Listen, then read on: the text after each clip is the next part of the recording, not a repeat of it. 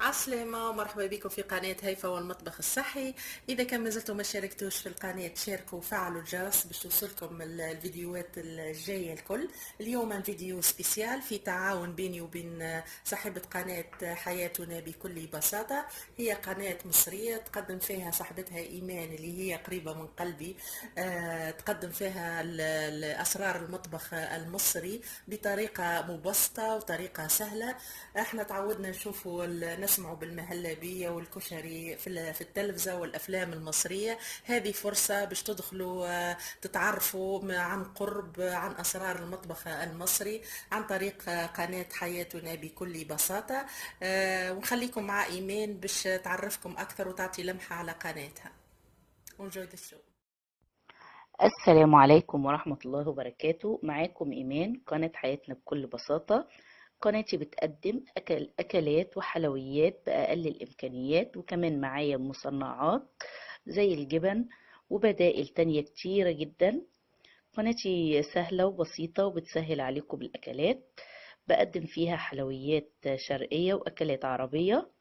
النهاردة هنقدم أكلة مصرية 100%، هي المكرونة بالبشاميل. هستنى تشوفوها وأتمنى الاشتراك في قناتي. هذا اللحم المفروم تقريبا رطل اللحم مفروم، باش نزيدوا الفحات هذيا باش نفوحوا بالثوم مرحي والزنجبيل والكركم والهريسة والفلفل الأحمر ولا ال- الفلفل الأحمر ولا البابريكا. دونك باش نخلطوهم الكل.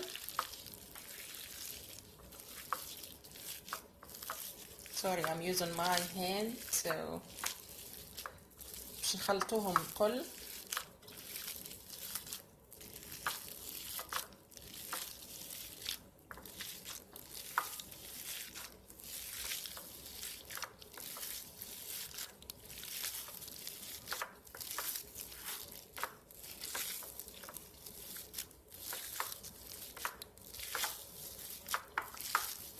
ونعملوا دي بول.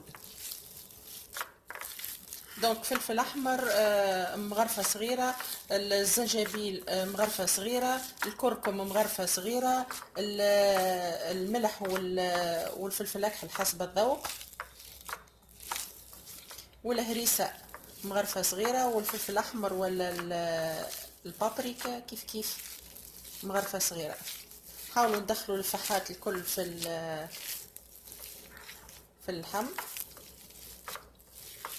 فما هذه هاي هو البسباس، هو البسباس يترحاه في الماكينه نتاع القهوه حتى يولي بودر، ونزيدوه شطر مغرفه صغيره للحم. اسمه بسباس عنا نحنا، ما نعرفش انتم تسموه في تونس اسمه بسباس.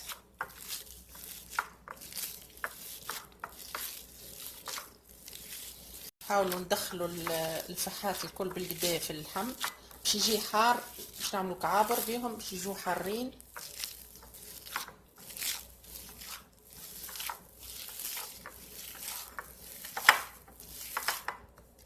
تو باش نبدو نعملوا ليبول هكا، يعني كعبروهم.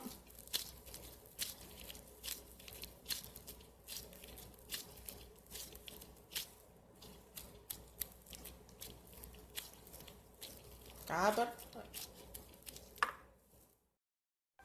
في مقلة حطينا شوية زيت ليكيفالون، يعني تقريبا 4 مغارف كبيرة، باش نزيدوهم الفلفل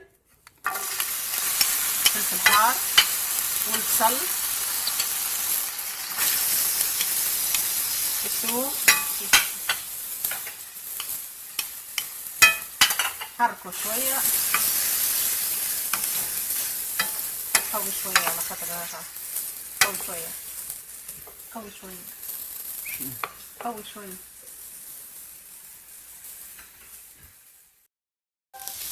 نستنوا حتى البصل لونه يتبدل شوية كيف ما هكا. البصل راس صغير، والفلفل الكمية اللي تحبوها انتم، والثوم الكيفالون تاع مغرفة صغيرة. نزيدوا مغرفة صغيرة هريسة ومغرفة كبيرة طماطم.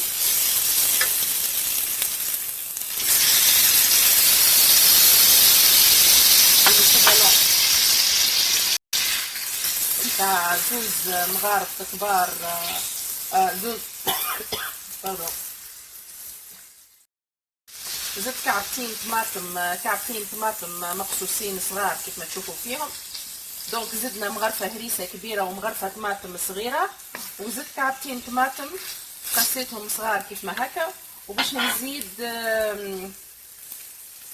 الكركم والزنجبيل ولا الجنجر، مغرفة صغيرة كركم ومغرفة صغيرة زنجبيل. نزيدوا شوية ماء. تو باش نزيدوا لي كعابر نتاع اللحم اللي عملناهم.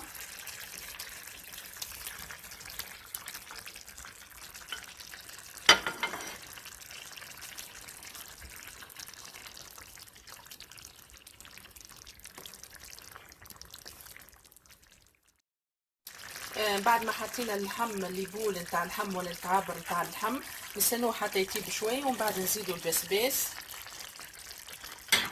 البسباس باش يعطيها مطعم هكا كل حلاوه. ونزيدوها بواط نتاع كوكونات ميلك.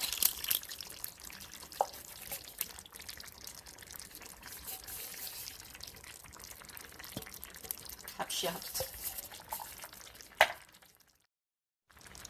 هذا كوكونات ميلك اللي تشوفوا فيه.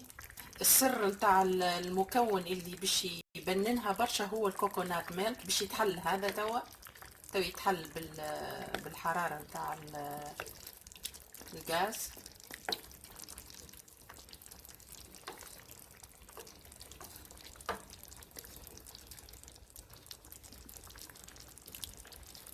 دونك المكون السر في البنه نتاع العجه هذه هو الكوكونات ميلك. هاي البواط نتاعو كوكونات ميلك. نزيد نوريها لكم.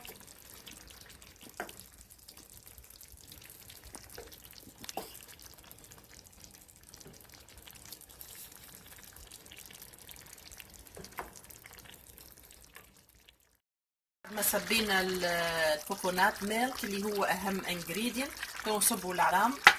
نعطوا وقت الساعة، نعطوا وقت للكوكونات ميلك باش يتخلط مع الصوص، تشربوا الصوص باش النكهة متاعو تطلع في الصوص، ومن بعد نبدو نصبوا في العظام. تعملوا الكمية اللي انتم تحبوها، ما فماش مقياس، كل واحد الشي يحب يعمل الكمية اللي يحب عليها نتاع العظام. نملحوهم.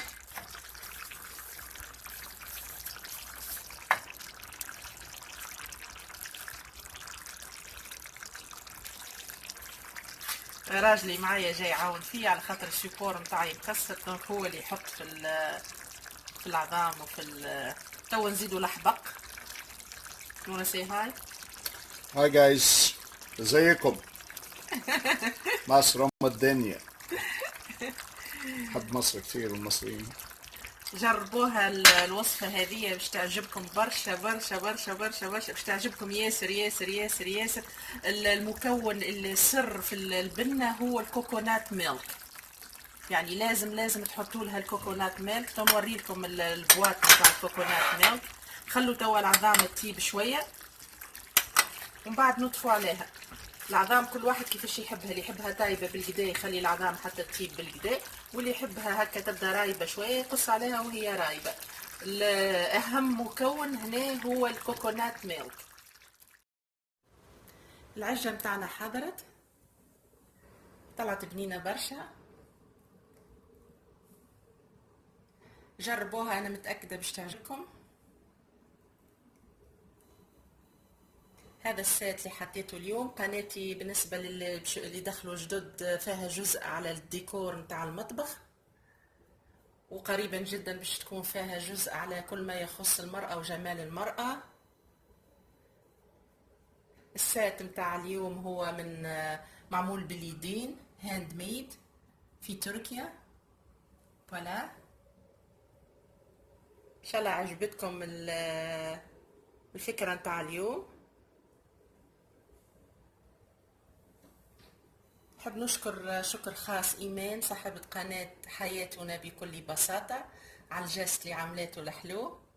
شكرا إيمان، وشكرا لكل المشاهدين للفيديو هذا، ونشوفوكم إن شاء الله على قريب في فكرة أخرى، وصفة جديدة. أبيانتو، على بروشين، باي باي.